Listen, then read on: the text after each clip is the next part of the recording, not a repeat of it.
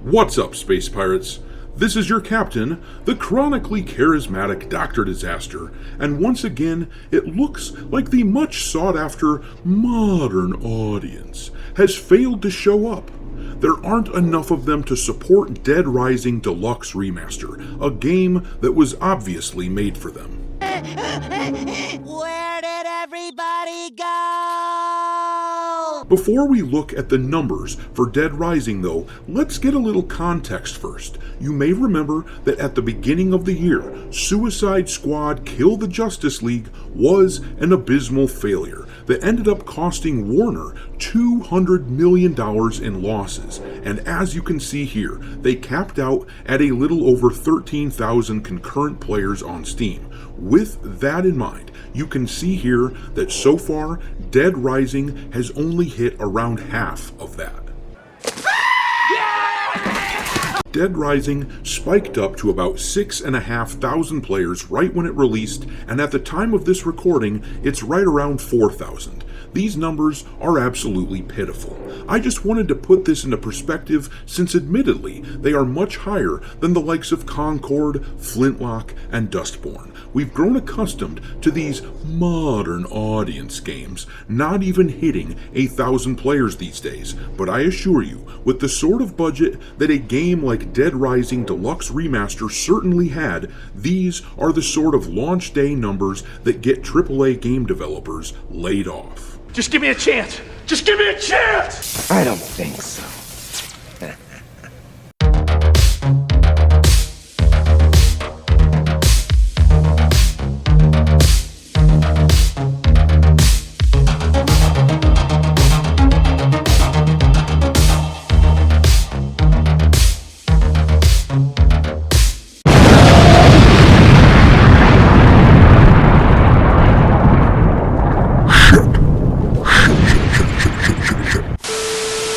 Alright, me hearties, make sure you like this video and subscribe to the channel if you haven't already, and also, don't forget to follow me on Twitter, where I keep a list of woke and DEI-infected games pinned to my account at all times for your reference. My handle over there is Dr. Disaster 1. But anyhow, let's have a look at Dead Rising Deluxe Remaster and how things are going for this turd.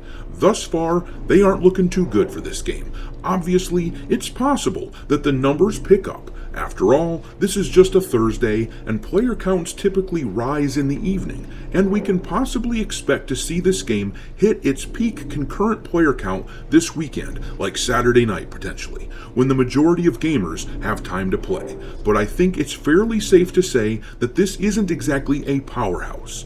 Dead Rising has had a large media blitz and a large marketing campaign, but the numbers still aren't good. A peak player count number that is only 10 times higher than Concord still isn't good at all. As I said earlier, what Dead Rising has achieved so far is only about half the numbers that Suicide Squad Kill the Justice League got, and that game basically resulted in the gutting of Rocksteady Studios. I suspect that the budget for this game is nowhere near what the budget was for Suicide Squad, but still, I will bet they dumped a good $100 million or more on this game, and if that's the case, then Dead Rising needs to sell a good 2.5 to 3 million copies in order to just break even, and with a player count that hasn't even hit 10,000 on Steam, it's fair to assume they haven't gotten more than 1% of that figure thus far. The thing is, the bulk of sales in games comes during its launch. It's the same for movies, of course. When something new comes out, the diehards always flock to it right away and spike the numbers, and then this game or movie or whatever relies on word of mouth to maintain momentum. Well, in this case, that may not be working out very well for Dead Rising. As I said, in the first weekend after a game's launch, the hardcore fans are the ones coming out in droves to support the game.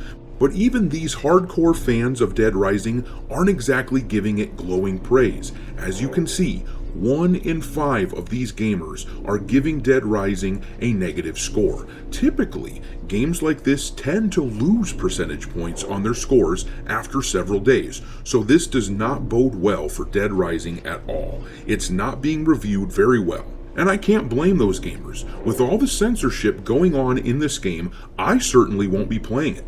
And that sucks too, because I really want to play it. I love the original Dead Rising. It was my first game back on the Xbox 360, and I spent a lot of time roaming around the mall and bashing zombies. It was a lot of fun, and it is extremely disappointing that Capcom felt the need to modernize it and chase after an audience that doesn't exist in large enough numbers to support them. But this is what they get, I guess.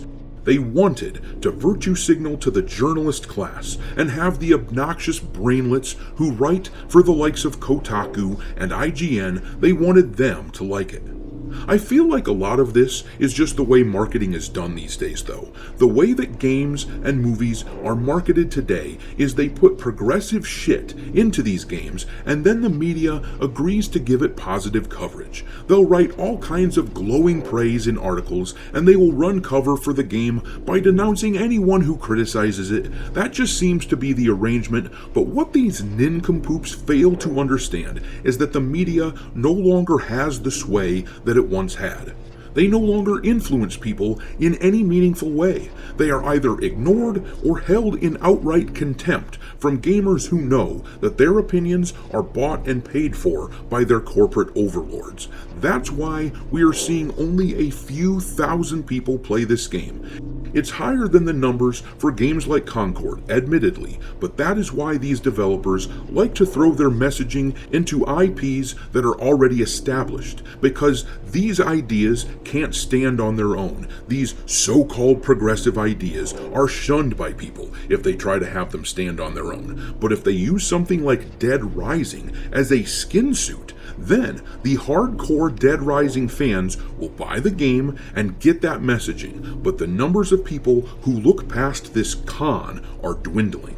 In any case, I'm going to leave it there. What do you expect the final count will be for the maximum concurrent players on Steam for Dead Rising? Drop your thoughts down below and we will talk there. Thanks for watching, me hearties.